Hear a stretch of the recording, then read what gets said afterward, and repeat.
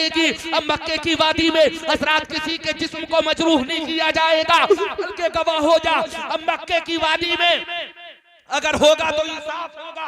अब मक्के की वादी के अंदर हजरात हर इंसान के साथ रहम का मामला होगा। खुदा की कसम, जानते हो उस गुलाम को सीने से लगाने वाला ये कोई और नहीं था, बल्कि ये आमीना का लाल था। और नबी ने ऐलान नबुव्वत से पहले गुलाम को सीने से लगाकर दुनिया वालों को ये बता दिया कि अब गुलामों पर जुल्म नहीं होगा, बल्कि गुलामों के साथ भी रहम का मामला होगा। नबी ने उसे सीने से लगा लिया और दुनिया वालों को बता दिया कि अब नबी आखिरुज़्ज़मा पैदा हो चुके हैं। खुदा की कसम, अब अगर किसी का कोई नहीं होगा, कोई किसी का यावर व मददगार नहीं होगा, तो उसका यावर व मददगार आमीना का लाल होगा। ये नबी की निगाहे करम थी कि जिसने गुलामों को आका बना दिया और ऐसा आका बनाया कि आज भी हम फख्र से कहते हैं ये नबी तुम्हारा कमाल था। तुमने सर्रे को आफताब बना दिया और तुमने कतरे को समंदर बना दिया।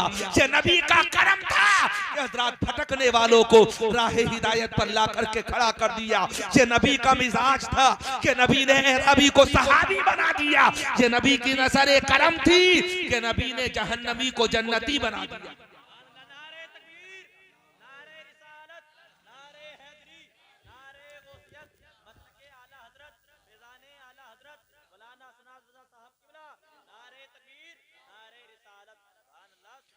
वरना मक्के की तारीख उठा करके देखें हजरात, कौन सा जुल्म ऐसा है, ज़ियादती ऐसी है जो मक्के की सरजमीन पर मुसलमानों के ऊपर नहीं हुई है।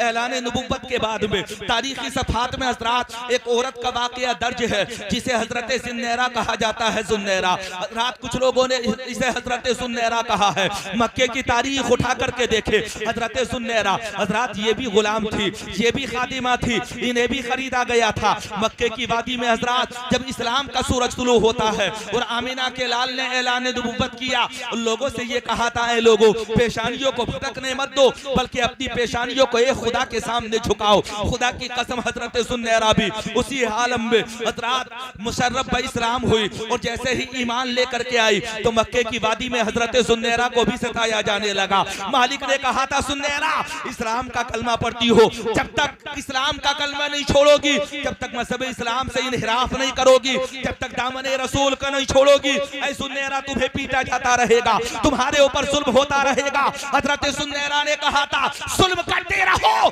तुम जुल्म की इंतहा कर दोगे, लेकिन ज़ुन्नैरा औरत होते हुए मज़हब इस्लाम का दामन नहीं छोड़ेगी, नबी आखिरुज़्ज़मा का दामन नहीं छोड़ेगी और दुनिया वालों को ये बता देगी कि जहां जाकर के जुल्म की इंतहा होती है वहां से नबी के दीवानों के सब्र की इब्तिदा होती है।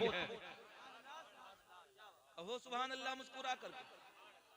अच्छा, मैं अगर थका हारा हूं तो आप हजरात तो थके हारे नहीं है। अजमल लज़ा को आप हजरात ने समात किया है और इंशाअल्लाह एक दफा और आप हजरात समात करेंगे। कुर्सियां किराए की हैं, इन पर भरोसा मत करना। वजह क्या है हजरात, थोड़ी देर के बाद में आएगा, थोड़ी देर के बाद में आएंगे टेंट वाले, और अगर टेंट वाले नहीं आए तो हम तुमों के यहाँ पर हजरात मुतवल्ली और टेंट वाले एक ही शक्ल में मौजूद हैं। थोड़ी देर के बाद में आएंगे और कुर्सियों को उठा करके लेकर के चले जाएंगे। ज्यादा से ज्यादा हजरात रात भर कुर्सियों को छोड़ा जाएगा, तो इन कुर्सियों पर भरोसा मत करना। इनकी एक्सपायरी डेट होती है, इनका वक्त मुतअय्यन होता है हजरात मोहतरम, इनका टाइम बिल्कुल एकदम प्रतिबंधित होता है, इसलिए इन पर भरोसा मत करना। इन कुर्सियों का मामला तो ये है कि इन कुर्सियों का हजरात जब एक्सपायरी डेट करीब आती है तो कभी एक टांग टूटती है, कभी दो टांगे टूटती है, कभी चारों टांगे टूट जाती है, इन कुर्सियों का वजूद मिट जाता है। फिर आप हजरात कहेंगे फिर कुर्सियों पर भरोसा ना करें तो किस चीज पर भरोसा करें। हमने तो देखा है कुर्सी चाहे 5 साल की हो तब भी छिन जाती है, कुर्सी चाहे 10 साल की हो तब भी छिन जाती है, कुर्सी की एक्सपायरी डेट करीब होती है। और हजरात ये ना सोचे कुर्सियों पर बैठने वाले कि हमारा इख्तिदार हमेशा रहेगा, हमारी हुकूमतें हमेशा रहेंगी। हजरात हमारी कुर्सियां, हमारी शानो शौकत हमेशा बाकी रहेगी। मैं आगे बढ़कर के बताना चाहता हूँ, कुर्सी पर भरोसा मत करो। अगर भरोसा करना चाहते हो तो आयतुल कुर्सी पर भरोसा कर लो, कुर्सियां खत्म हो जाती है।